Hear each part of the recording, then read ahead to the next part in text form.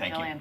We're here to react to that perfect guy right now, Dan Bongino. You know him. He's also the author of the upcoming book, Spygate, which talks about a lot of this. Dan, new development here.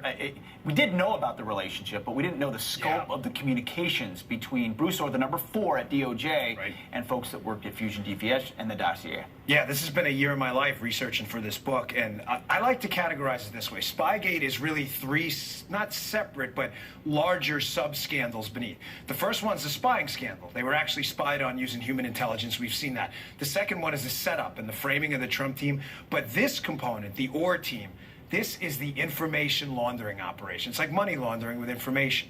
The problem they had with Bruce Ohr, now we know this is now on the record, this is not conspiracy theory stuff, this is real.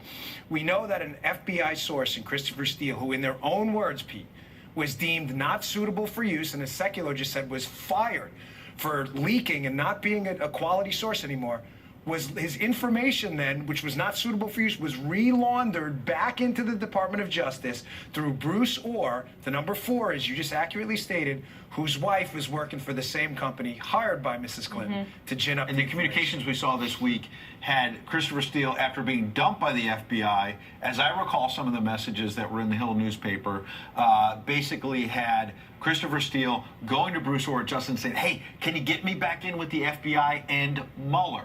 That he wanted, as you say, to re-launder this information that maybe had been dismissed, the unverified dossier, get it in the hands of the FBI, get it in the hands of Robert Mueller. Not only that, yes, you're right. That's the whole information. That's the big umbrella picture of the information laundering operation. But some of the messages, Ed, are downright strange. One of them says to Bruce Ohr, hey, we have to protect our guy. We can't send our guy back home. What everybody's wondering on Twitter and on the internet now, who's been researching this like me, I have my speculation, I'm not going to say it on the air, but who's our guy? Who else was Christopher Steele working with and trying to get information to the Department of Justice? Remember, after he's terminated as a source for being not suitable. So let me get this straight. They spied on the president. They started the most significant counterintelligence investigation in modern U.S. history against a presidential candidate. And they're using a guy who was fired by the FBI as their primary source, who's not suitable for use, and he's working with someone else.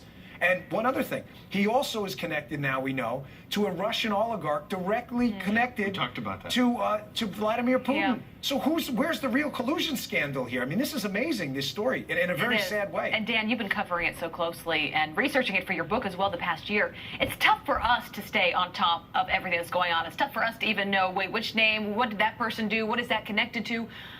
Big picture, what should people know about this Russian investigation, everything that's gone on the past year? What is the most important thing in your mind, and how should people be thinking about that? That the Mueller probe, in my opinion, is a smokescreen. It's a smokescreen to cover for the Democrats' actual collusion with Russians.